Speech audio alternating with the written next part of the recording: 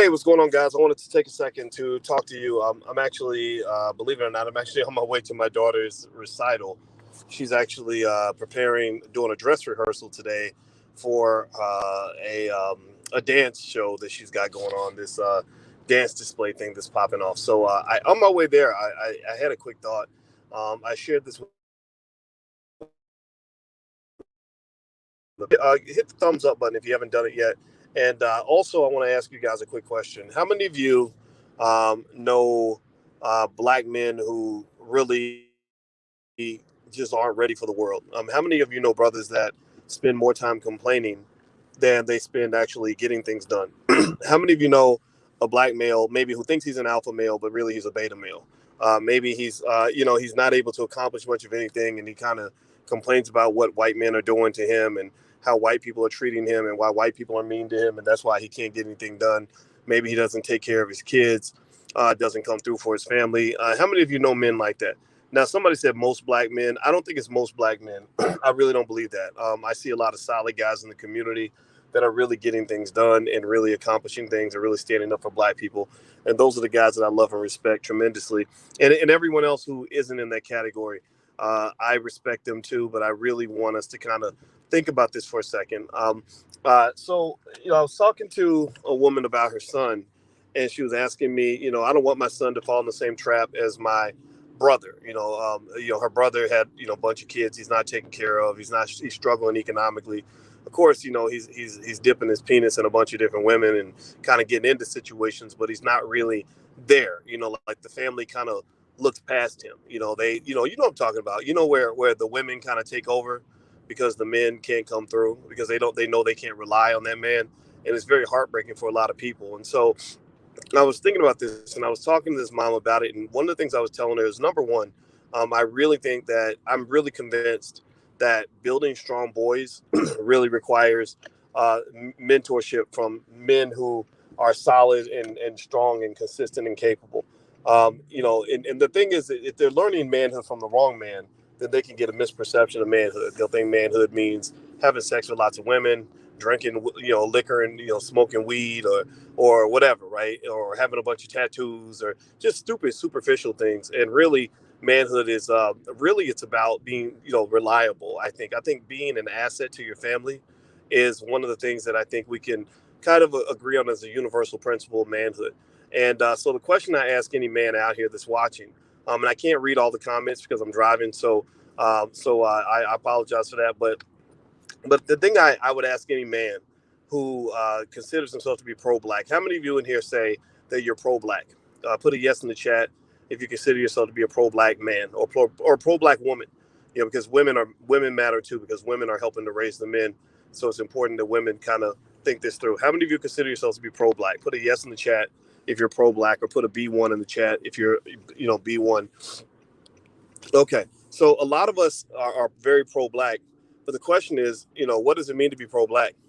It's just like if I say I play for the Los Angeles Lakers, but I don't do anything. Let's say I don't go on the court, I can't dribble, I can't shoot.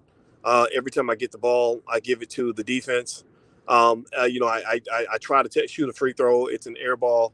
Every time I try to throw the ball in bounds, I throw it out of bounds. Am I really an asset to the team? Am I really helping the team win? Can I really say I play for the Lakers when everything I do is hurting the Lakers and hurting their chances to win? Right? Do you follow what I'm saying? Right. So a lot of times you got a lot of black people that claim to be pro-black, but they're not helping the team to win. Every time they get a dollar, they throwing it up, giving it back to white people. So every time you get the ball, you're giving it to the defense. They don't train. So they show up, they can't dribble, can't shoot because you don't take time to educate yourself.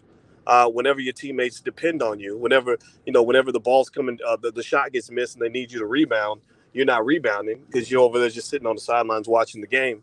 And a lot of our families, when the family has a problem, when the family struggles, they're looking for little Pookie and little Ray Ray, and Pookie and Ray Ray got something better to do. Pookie's out chasing women or chasing liquor or drugs, and he's not there for the family. So Big Mama, Grandma is 75 years old, trying to, do all the affairs of young folks, like trying to handle the business of a 30-year-old at the age of 75, because she knows that her son, who's supposed to be her number one ally, number one asset, is not coming through for the family. Do you follow what I'm saying? Give me a yes or no if you know people like this who fit this category.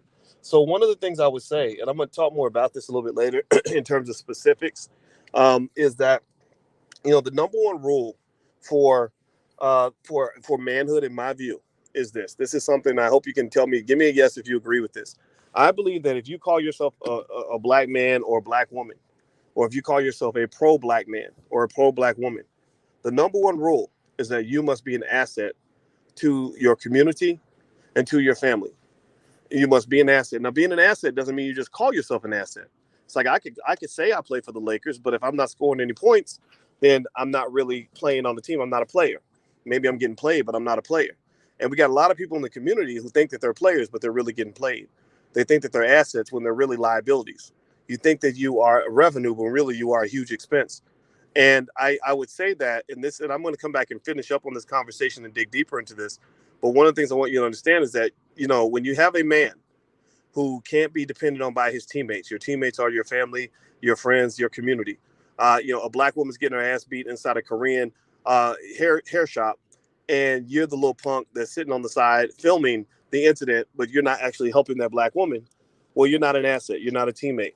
You're a liability. You're an adversary.